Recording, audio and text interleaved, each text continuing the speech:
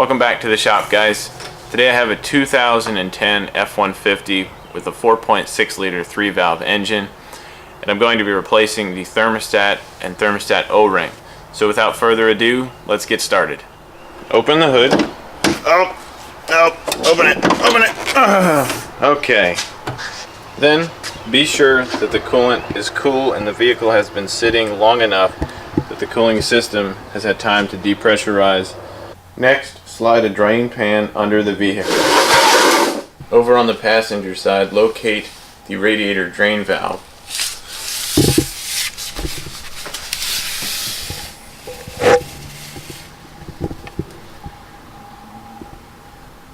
Once you've located the drain valve, go ahead and, if you'd like, stick a piece of hose on the end to minimize the mess, and that way you can drain right into your pan. And go ahead and unscrew the red valve to the left. Be a little bit careful with it because it is made out of plastic. Sometimes you have to apply other methods besides your fingers to unscrew it, but do your best and try to use your hands only for that. Next, we're going to start by slowly removing the radiator cap with the rag over top to speed up the draining process. Next, begin by removing the mass airflow connector. There's going to be a red tab underneath the connector. You pull back and push the tab. I'll show you that here in a second. Get that out of the way. Then you have 3 metal clips holding the airbox cap on. Then there is an 8mm or straight blade screwdriver nut on a band clamp here you're going to want to remove. Then a green tab, you're going to remove this PCV tubing to the intake snorkel. Just get that pushed back. Be careful with that, you don't break it. You can remove it at the valve cover too if you wish, but we're just going to leave it here for now. Then give a good tug on the intake boot, and the intake will come out as an assembly. Next, we're going to remove the throttle body, which is located here. The thermostat is just below that in the housing that this upper radiator hose is going to. There are 4 10mm bolts and a wiring harness to the throttle body. So again, there's a little red tab. You're going to pull the tab back all the way, push the black tab down, and then pull back. Get that out of your way. Take these 3 10s out.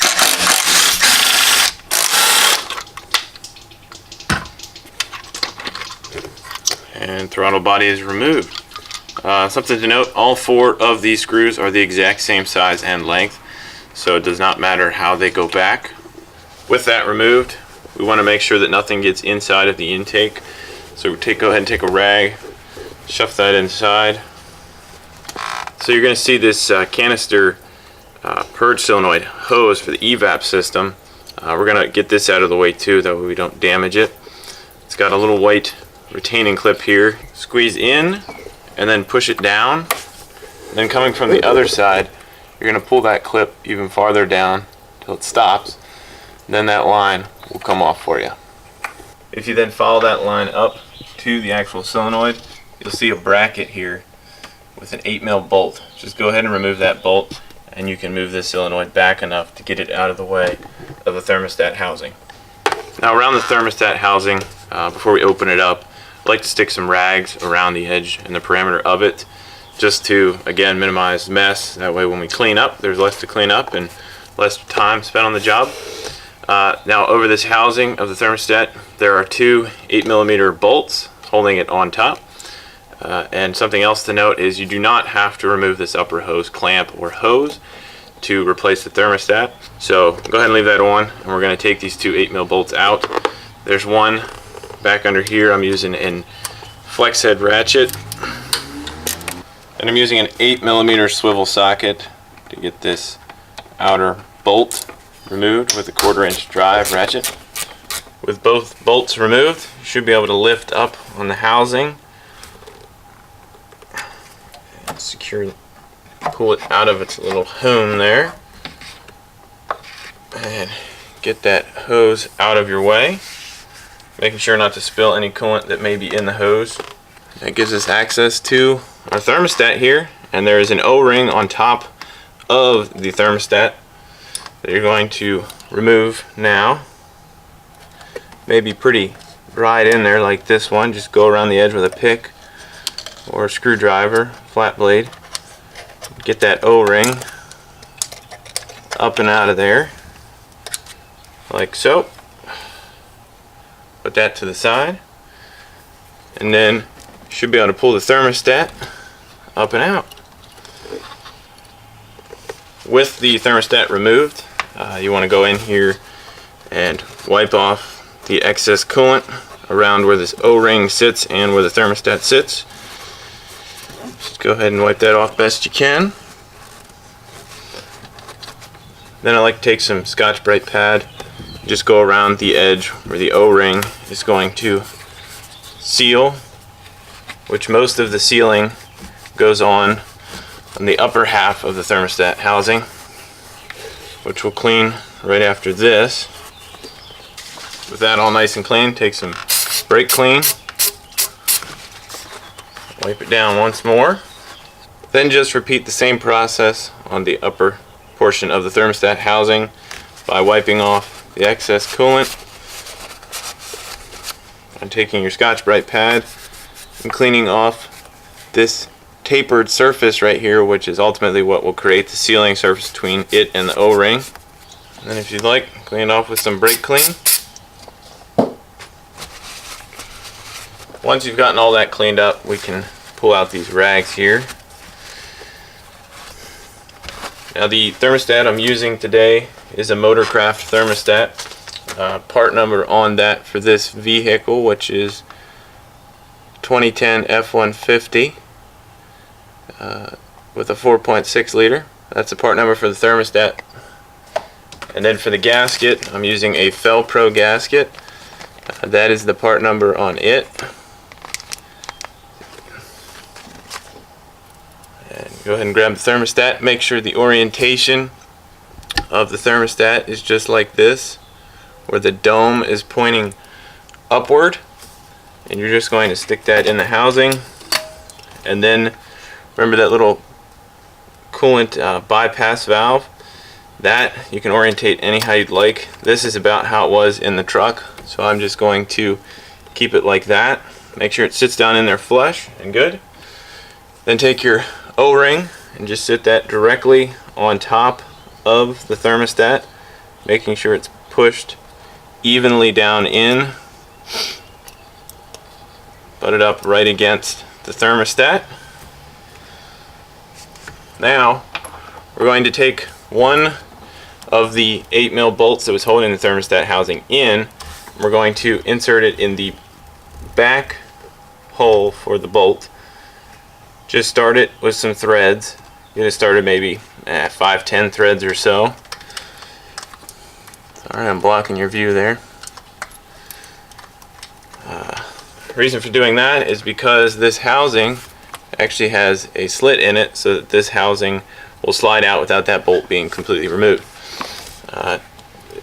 Before you even remove the housing, you can just leave that bolt part way in and just pull the housing out. I just figured it'd be easier this way. Now before I put this cover on, I put a thin coat of coolant on this O-ring just to help aid in installation of this cover so that it does not pinch this O-ring and makes a good seal the first time. Now I will be honest, this is a very tight fit, so you just got to be patient with this and put it in at a slight angle first. Get it over the dome of the thermostat, then bend it forward, kind of finagle it in, and it'll just pop right in place. Now once you feel you've gotten the cover of the thermostat installed correctly and seated on the O-ring, go ahead and install the other bolt.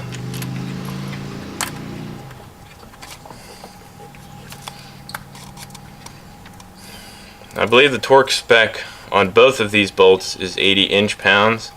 So once you get them threaded in, hand tighten them with a 1/4 inch ratchet and then proceed with torquing them to 80 inch-pounds. One final note before we start buttoning up this job and put the intake boot back on and bleed out the cooling system is when tightening those two bolts on the thermostat cover, be sure to equally tighten them on both sides so that you do not pinch the O-ring in any certain way that would cause a leak or to put a nick in the O-ring. So just torque them down equally when tightening and torquing. At this point, we'll go ahead and reinstall the canister purge solenoid on its mount and install that 8mm bolt up top of the manifold. And then the way this hose connects back to the intake is simple, as in it just pushes on, keep pushing, and then that white release tab you're going to resecure by pushing upward, and it will click into place. Give it a quick pull back and push forward and make sure it is fully locked on there. Okay, time to install the throttle body, but if you might already notice, there's no rag there anymore. I did remove that. Be sure to remove any rags or cloth that you may have put in here to close off the intake. With that same rag, before the throttle body is installed, it's a good idea to wipe down this O-ring here to make sure it makes a good sealing surface with the throttle body back, and then take a good wipe around here on the sealing surface of the throttle body. After that's done, you can go ahead and hand starten all 4 of the 10mm bolts on the throttle body. And once you've gotten all 4 bolts hand started, go ahead and run them down so they just make contact with the throttle body. Do that in a crisscross pattern. Then take a 1/4-inch ratchet and just snug them up to where you squeeze that O-ring, and just do not over tighten these. With the throttle body installed, we can now install the intake boot and airbox cover. You're going to come over to the airbox and you'll see that there are 4 tabs on the airbox cover. They're going to slip in grooves. Slip them in first. Secure these 3 clips here to the airbox cover. Slide the intake boot on to the throttle body. Take your PCV valve line, quickly snap that on to the intake boot. Take your throttle body harness, push that on, then push the red tab in and it will click, and make sure that that is locked and seated. Take your 8mm socket and tighten up the clamp on the intake boot to the throttle body. Make sure that is fully seated down there before tightening. Then come over to the mass airflow meter, plug that in, and the same deal with the red clip. After it's pushed on, you're going to push the red clip in and lock that into place. Next, come back down to your radiator drain valve and tighten the red drain bolt back in with your finger. Remove the hose and drain, and we can begin filling up the truck and radiator with coolant. So before we go and fill the truck up with coolant, I wanted to go over what type of coolant I'm using, and in this particular vehicle and year, it calls for Motorcraft Gold coolant. Motorcraft also has an orange coolant, which can be confused for this one as well. So just make sure you know what your vehicle calls for, and be sure you use the appropriate type of coolant for your application. Now, being that this is concentrated on this truck in particular, I'm just going to do a 50-50 mix. So let's head over to the truck and get started. What I'm using on this vehicle is what's called a spill-free funnel. It attaches directly to the radiator, and once you've put the correct amount of coolant into the system and you feel that the majority of the air that is going to self-bleed has come out through this funnel, you're then going to start the vehicle and let it idle until the thermostat opens up. And when you know the thermostat opens up, you'll see a significant amount of air come out of the system, and the coolant will quickly or slowly begin to go down, and you want to make sure you keep this coolant topped off. So let's go ahead and start this vehicle up. Alrighty guys, while inside of the vehicle, before starting it up, go down to your HVAC controls, turn your blower to high and the temp all the way to hot, and then you can start the vehicle. That will help aid in bleeding the cooling system and getting all of the air out of the heater core and the entire system. Alright, now that the vehicle is started and it's getting up to operating temperature, bleeding out all the air in the system, now is the perfect opportunity to go grab yourself a cup of coffee or tea or a snack, because this process takes anywhere from 15-20 minutes or so. Back inside the truck you can see the temp gauge. It's fully up to operating temperature now, and we have nice warm heat coming out of the vents. So let's go under the hood and close up this cooling system and take it for a ride. So over here at the funnel, we're going to take the funnel plug, push it into the funnel to stop coolant from flowing up. Detach it from the radiator, put it in the overflow, take the fitting off, make sure your radiator cap is close by. We're going to stick that on there, tighten your radiator cap down. Now that the radiator cap is installed and the overflow tank is filled to the max cold range, you want to go ahead and check for leaks around the thermostat that you just installed, that gasket, and also the drain plug of the radiator. And just double check your radiator cap to make sure that it is on there securely. Now I shut the vehicle off just so I can film this and you can hear me better, but the vehicle should be running right now and building up pressure, and that is why you should then check for those leaks around those areas and make sure the job was done right. So with that being said, let's go take this for a drive, and then we're going to come back, recheck this level and check for leaks. Okay, back from the test drive. Just let it sit for about 10 minutes or so to let it cool off and let any remaining air bleed out of the system.